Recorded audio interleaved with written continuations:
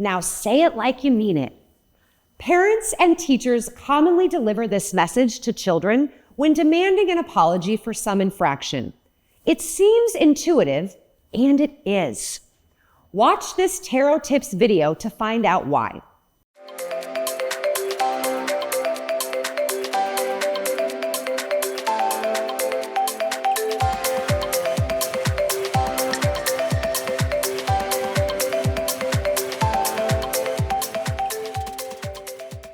We frequently underestimate the power of the voice and the power it has in communication.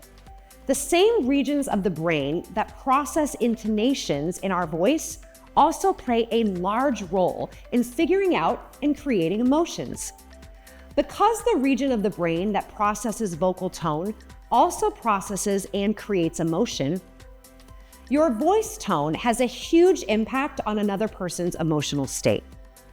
Chances are, most of us are not satisfied with the sound of our recorded voice and have experienced unpleasant outcomes when speaking in front of others while nervous. Is that such a big deal?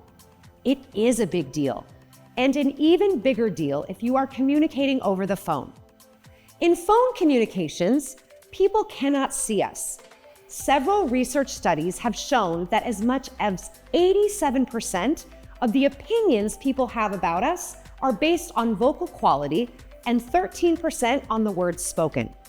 From the moment we are born and before we learn language as a communication tool, we are making connections. These connections are based largely on what we hear. A mother's soothing voice leads to an emotion of comfort. Loud or unexpected noises can lead to emotions of fear. How is it different for adults with full use of a common language? Evidently, not much. We look for alignment in communication, and when the message delivered is not congruent with the vocal delivery, we trust the delivery as the true message. Yeah. One of the most important elements of vocal quality is tone. A psychologist at Harvard compared the office manner of surgeons who had been sued multiple times with those who had never been sued. Doctors with a more dominant tone of voice, they found, were more likely to have been sued by patients. Doctors whose voices contained more warmth were less likely to have been sued. When a person says, "bad doggy," to a puppy, and does it in a kind and loving voice, the dog hears "good doggy." Tone sends a message. Your pets already know this is true because they can tell a lot from the volume, tone, and vocal inflection you use when you talk to them. Pets and infants are experts in interpreting communication.